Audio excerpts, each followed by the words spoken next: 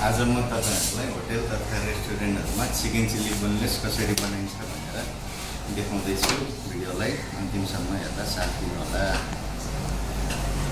सुरुमा हामीलाई chicken chilli बनाउन चाहिने सामग्रीहरु यो चिकनको बोनलेस, अनि त्यसपछि मैदा, cornflour, tomato sauce, hot sauce, black pepper, Ajinomoto, नुन, अदुवा लसुन पेस्ट, भिनेगर, सोया सस, अनि आवश्यकता अनुसार पानी, अनि धनिया र थोरै सेतो तिल। अब सुरु गरौँ है त। यो हो चिकनको बोनलेस। यो चिकनको बोनलेस बनाउने तरिका मैले पहिल्यै भिडियो बनाएर अपलोड गरिसकेको छु। अब यसलाई म कटिङ गर्दै छु।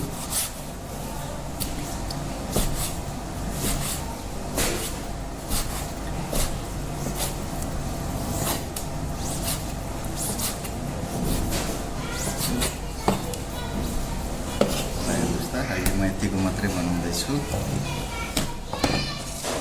ल अब ब्याटर तयार गर्न जाँदैछु। ब्याटर तयार गर्नको लागि मैदा, कर्नफ्लावर, अदुवा लसुनको पेस्ट, ब्ल्याक पेपर, अजिनामोटो,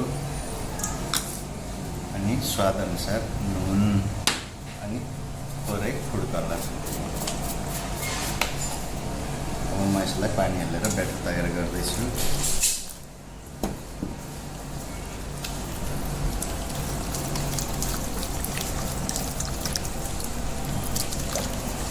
मेरो चाहिँ यो अलिकति पातलो भएको कारणले अलिकति यसलाई फेरि म कर्नफ्लावर र मैदा थपेर हल्का बाक्लो बनाउँदैछु।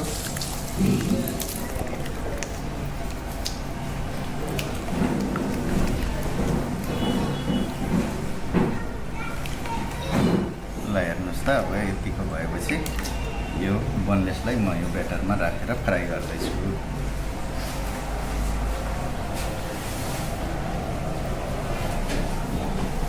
यहाँ तेल पनि तातिसकेको छ। अब म यसलाई एउटा एउटा गरेर फ्राई गर्दैछु।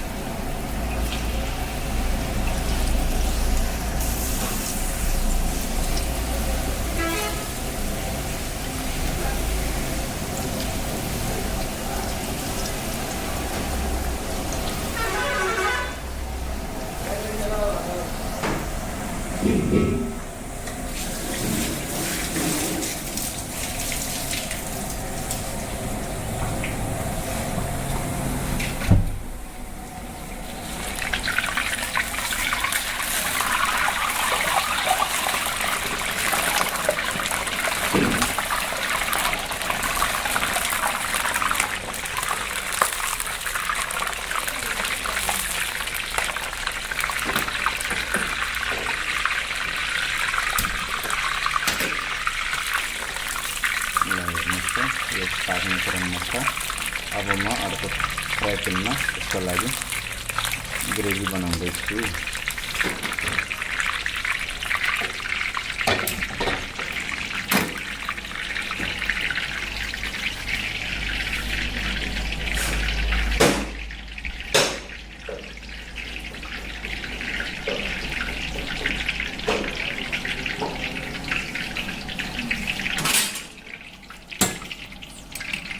थोरै तेल हाल्छु।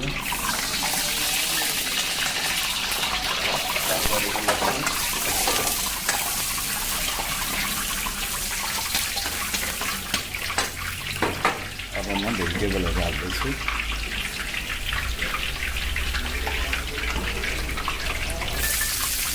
प्याज र क्याप्सिकम यसलाई एकैछिन भुट्छु। टमाटर अलिक पछि राख्नु होला, किनकि टमाटर छिट्टै गल्ने हुनाले।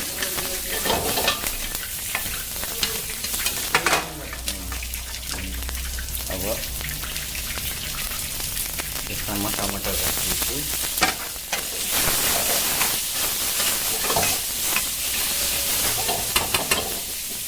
थोरै तेल कम भएको कारणले तेल राख्दैछु। हेर्नुहोस् त, भेजिटेबल भाजिसकेको छ। अब हेर्नु यता चिकन पनि पाकिसकेको छ। अब म यसलाई यहाँ यो भेजिटेबलसँग भुट्दैछु।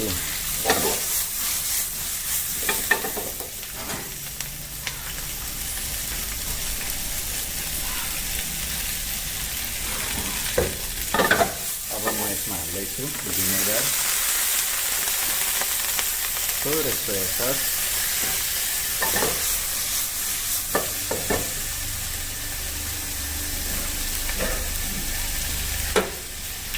Hot sauce. यो हट सस बनाउने तरिका म तपाईँहरूलाई अब अर्को भिडियोमा बनाउने छु। हट सस अनि टोमेटो केचप।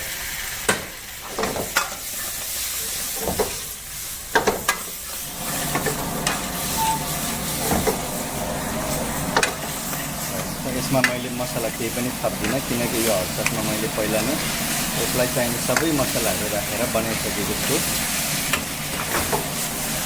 ल हेर्नुहोस् त हाम्रो चिकन चिल्ली रेडी भयो। अब यसमा म थोरै धनियाँ हाल्दैछु अनि थोरै तिल हाल्छु। ल हेर्नुहोस् त हाम्रो चिकन चिल्ली रेडी भयो। यसरी नै हजुरहरूले मसरुम चिल्ली अथवा पनिर चिल्ली पनि सेम यही तरिकाबाट बनाउन सक्नुहुन्छ। धन्यवाद। मेरो भिडियो मन परेमा लाइक, कमेन्ट, सेयर गरिदिनु होला र मेरो च्यानललाई पनि सब्सक्राइब गरिदिनु होला।